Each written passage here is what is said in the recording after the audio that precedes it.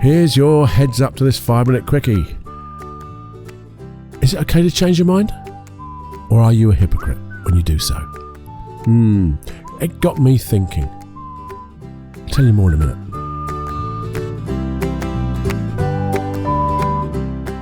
Warning. Warning. Warning. Warning. You are entering into the unplugged mind of Paul Clough. Too late. Personal Development Unplugged. Hey, welcome back to the 5-minute quickie. And what am I going to tell you today? Well, you know that you got bias, and I'm going to tell you to beware of that bias. I'm going to advise you to look in different places. I'm also going to say it's okay to change your mind or modify your mind, your thoughts and your beliefs, and that this is a continuum. What the hell are you talking about, Cluffy? Well, let me go a little bit deeper, but in a more general way. You see, I used to think it was rude to call someone a hypocrite. Now, call them out as being a hypocrite, or it's even ruder to be a hypocrite yourself. Have you ever been a hypocrite? You see, if you have, I no longer think it's rude. I think it's being truthful, if you do it in the right way. Because it's okay to change your mind. That's not being a hypocrite. If you change your mind in light of all information available. Maybe at that time when you believed one thing, you didn't have all the information, or something new happened. We're in an ever-changing world. And what we used to believe to be true, sometimes, is no longer. A million years ago, well, it's not a million years ago, but when they've first sort of had and invented the steam train, and this was back in the good old UK, we had a steam train, very first train, and they used to think it could go around about 35 miles an hour. And they believed that when it hit that speed, your head would explode. Now, we don't believe that anymore now, do we? No. Now, also, it was believed that if you ran a mile in under 4 minutes, you'd die. You'd evaporate. Well, maybe not evaporate. But we know that's no longer true. But we also know, when we look back at history of that, when Roger Bannister did it, all of a sudden, well, not sort of a sudden, but within days and weeks, more people began to break the 4-minute mile, because they're not hypocrites. They believed before that it wasn't possible. But new data became available to them. And I think we ought to check out, because I don't think we do it enough. I know I don't. I have my set beliefs. I know what's right. And I find that more when I'm reading and watching in the hypnosis world. I know what's right. And then I get kicked up the bum, because when I look at something and go, oh, I see. Yeah, you could use it that way. Absolutely. For things I thought could never be, you could never use this process for that. And then I see someone using it. So I've now got a different set of data, a different reference, as it were. So wouldn't it be wise to check in with your beliefs and the knowledge that you have? Well, of course it would. But here's the red flag that you get sometimes. Sometimes when I've checked in to confirm my bias. And to be honest, that's not really checking in. You're just feeding your bias. And the result is you just get more and more entrenched, don't you? Now, you see, Facebook, Google, Amazon, every newspaper app, and every other blooming app and things like that. So I've not picked anyone out particular. Well, I've named some, but just for examples, they feed your biases or your bias, because that's how they make money, because they're going to deliver the things, and adverts and things of interest, supposedly of interest, to your bias. But again, what's it doing? It's feeding that bias. It's making it stronger in the light of, nothing. You see, what would it be like? And I wrote this down, and I thought it was a great way of writing it. If you were thoughtful, and I wrote it down, thoughtful and curious. Because if you were curious about things, it's like allowing your bias to just be parked for a moment, wouldn't it? Where can I take this? How can I learn this? We'll come to those questions in a moment. But you see, when we actively look elsewhere, look to the opposite of what we know, of what we believe in sometimes. And I know when you do that, that can be so uncomfortable. But not, you see, I think you can change that uncomfortableness, if that's a word. Because I know when I've looked at things like that and I've got, oh no, I don't like this because this is really conflicting with what I believe to be true.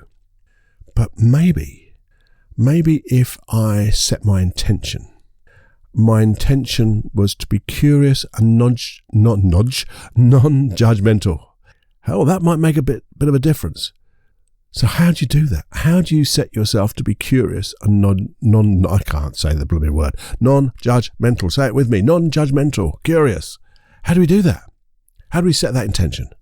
Well, we've done it before, haven't we?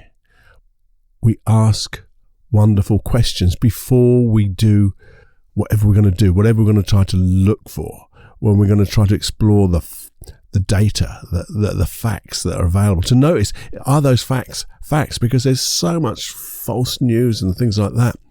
So we need to look at things in more than just one place. So maybe just ask yourself the simple question before you start. What can I learn here? What is there to learn? Maybe you could get a little bit deeper, more specific.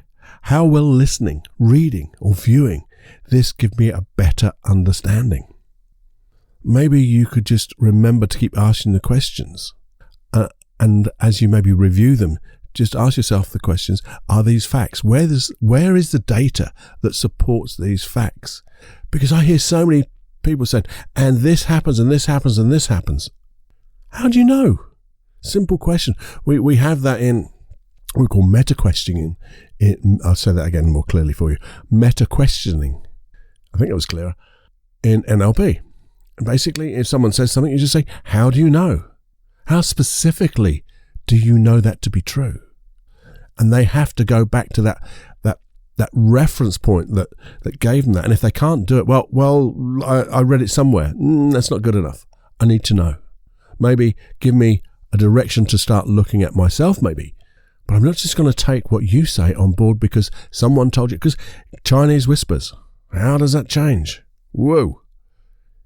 So all I'm asking of me, really, because I'm just as good at doing this as anybody else, is just to become more thoughtful of what we listen to be more curious of what we listen to actually try to extend the depth of our understanding, our knowledge, and know, and this is sometimes the hardest part, it's okay to change your mind. It's okay for me to change my mind in the light of all the new information available. Things change. The whole world, look at the world, if you go back a few tens of years ago, the difference in the last 50 years, the world has changed so big, so much, so radically different.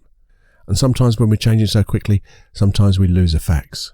And it's, as I said, I think I said it anyway, this is a continuum. It's just something we should be doing all the time because new facts become available and looking out for false news. Anyway, that's just me thinking out loud, I guess, because it came up to me when I was actually watching one or two things and kept thinking, no, that's not true. That's not true because I know it to be different. And then I start to think, actually, yeah, that there's facts there now. There is some data and it is true. And sometimes it reinforces, call it my bias or my understandings, the knowledge that I had. And sometimes it loosens that old model of the world. And goes, actually, maybe this is a counterexample. Maybe I would just need to look a little bit deeper. Find someone who does know. I just think it makes for a better world to have knowledge and not worry about this word hypocrite. No, I'm changing my mind in the light of new knowledge. Oh, my words of today are terrible. I'm changing my mind in the light of new knowledge. And if I find even newer knowledge, if that's the case, I might change it again because I'm curious to find out what's really happening out there and happening in there because we change inside as well, remember. So sometimes we need to look inside and notice how sometimes changing, certainly what we believe in, will change the way we feel, will change the way we move in the world and change the way we behave. I hope, if nothing else, that's got you thoughtful and curious just to think about where you are and where you stand in this sea of knowledge. There's so much of it.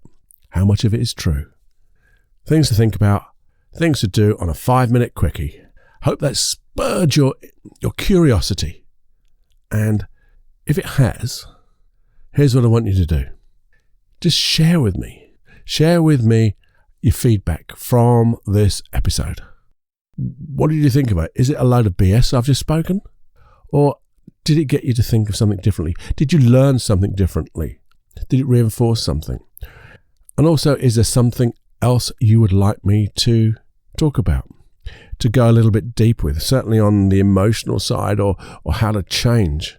Because if I don't know it, and I don't know, even what I know, I don't know that. I'm sure there's a trillion billion just as good ways to change, if not better, and I'll find those as well. But if I don't know, I'm going to find out, and that helps me to learn even more. So please do give me that feedback. Where do you do it? At that email address, feedback@personaldevelopmentunplugged.com. It's all one big, long, very long word. And it comes to me personally. It doesn't go anywhere else. It doesn't go into on a list. It doesn't go to there or where or whoever, wherever.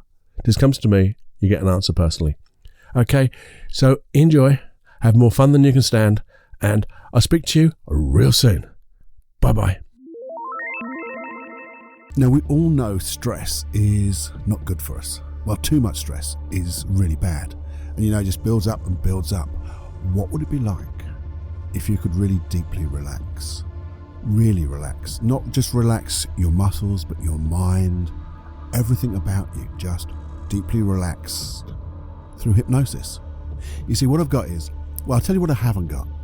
I haven't got a guided meditation that goes down to the riverbank and makes you feel relaxed for the moment. But what I have got are 2 tracks. One, a longer track, which guides your unconscious mind into deep relaxation, to relax and be comfortable in the mind and the body, every muscle, every fiber of you, just deeply relaxing, so you can learn at the unconscious level how to relax. And then a slightly shorter length hypnosis track to allow you to go into deep relaxation instantly and be there for just say 5 minutes. So in between meetings or whenever you just want to relax so quickly, so easily, you can just go there for 5 minutes. And then in between, you can use a longer track to have that longer experience, each time building up this skill of deep relaxation. How do you get it? Well, basically, you just go to paulcloughonline.com/relax. There you go. 2 programs. Go and have a look. Give you a little video about it as well. Have a little listen. What would happen if it didn't work? Well, if it didn't work, there's a money-back guarantee. So you have got nothing to lose. But what would happen? And you got supersonically good at relaxing. Wouldn't that be awesome? Teach your body how to just relax and your mind to just relax. Just enjoy. Go to paulcloughonline.com/relax and check it out.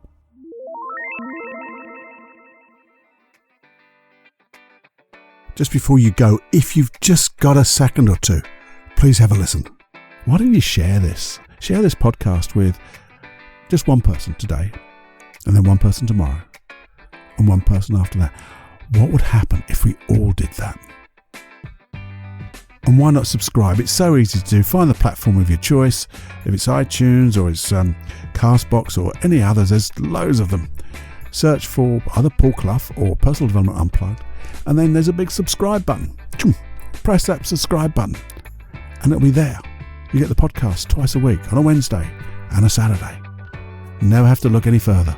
And if you would, why not put one of those reviews up? Because that would be awesome, because that just moves it around this integrated field of learning, as it were, and becomes and gets in front of other people. Which is what we want, isn't it? To be the change we want to see in others and help others change to be the change they want to see in themselves. There you go. I'm going to speak to you real soon. Hope you enjoyed it. Have fun. Enjoy every heartbeat.